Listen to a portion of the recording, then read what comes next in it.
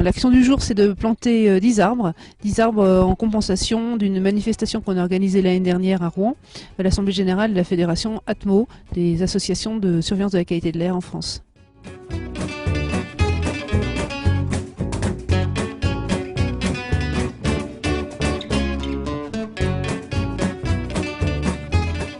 On s'est rendu compte que l'organisation de la manifestation de l'Assemblée Générale à Rouen en mai dernier, ça représentait environ 22 tonnes équivalent CO2 émis à l'atmosphère du fait du parcours des personnes qui sont venues y assister.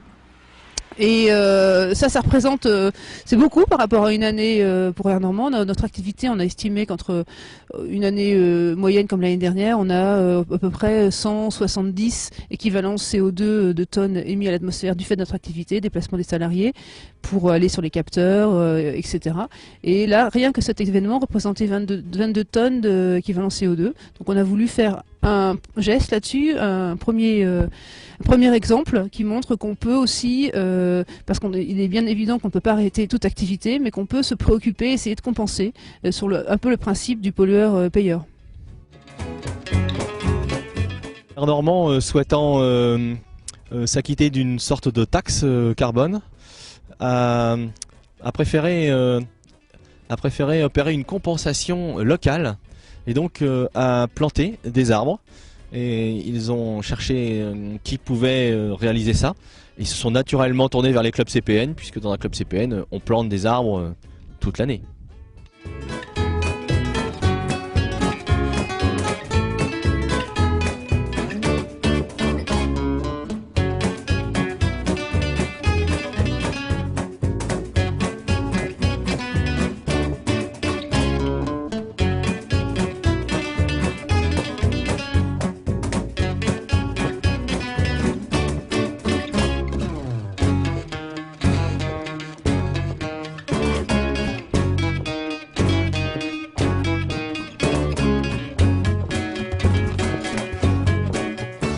On se demandait comment Air Normand allait compenser l'événement l'année dernière, et c'est vrai qu'il y a parfois des polémiques sur où va l'argent. On ne surveille pas forcément comment est investi à l'autre bout du monde cet argent.